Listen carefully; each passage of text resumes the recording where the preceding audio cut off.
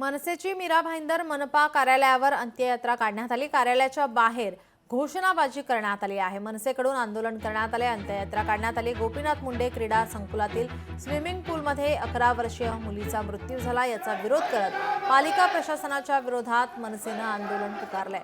मनसे कार्यकर्त्यांची मनपा सुरक्षा रक्षकासोबत या ठिकाणी धक्काबुक्की सुद्धा झाली होती। आमदार साहेबांनी तो ठेका आपल्या कार्यकर्त्यांना खुश करण्यासाठी मिळवून दिला। यात सर्व आणि काल आमदार साहेब जे पीडित आहे त्यांच्या कुटुंबाच्या भेटीसाठी सहानुभूती मिळवण्यासाठी गेले होते।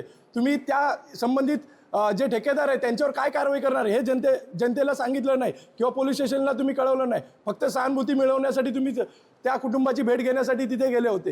यात राजकीय म्हणजे स्वतःचेच कार्यकर्त्याचा ठेका येतो। राजकीय वरद असतं तर आहेच, तुम्हाला सगळ्यांना ज्ञात असेल की ते ठेका कुणाचा आहे आणि कुणाच्या आशीर्वादाने चाललेला आहे। परंतु जर या ठेकेदारावरती किंवा सब ठेकेदारावरती जर सदोष मनुष्यवधाचा गुन्हा दाखल झाला नाही तर ह्याच्यापेक्षाही उग्र आंदोलन तुम्हाला महाराष्ट्र नवनिर्माण सेनेचं दिसेल। तर महाराष्ट्र नवनिर्माण सेनेची मागणी आहे की त्यांच्यावर प्रथम गुन्हा दाखल करा, पीडित परिवाराला नुकसान भरपाई, आर्थिक नुकसान भरपाई मिळाली पाहिजे आणि जोपर्यंत या सर्व गोष्टी होत नाही तोपर्यंत आम्ही हे जे लोकनेता क्रीडा संकुल आहे ते आम्ही चालू होऊन देणार नाही।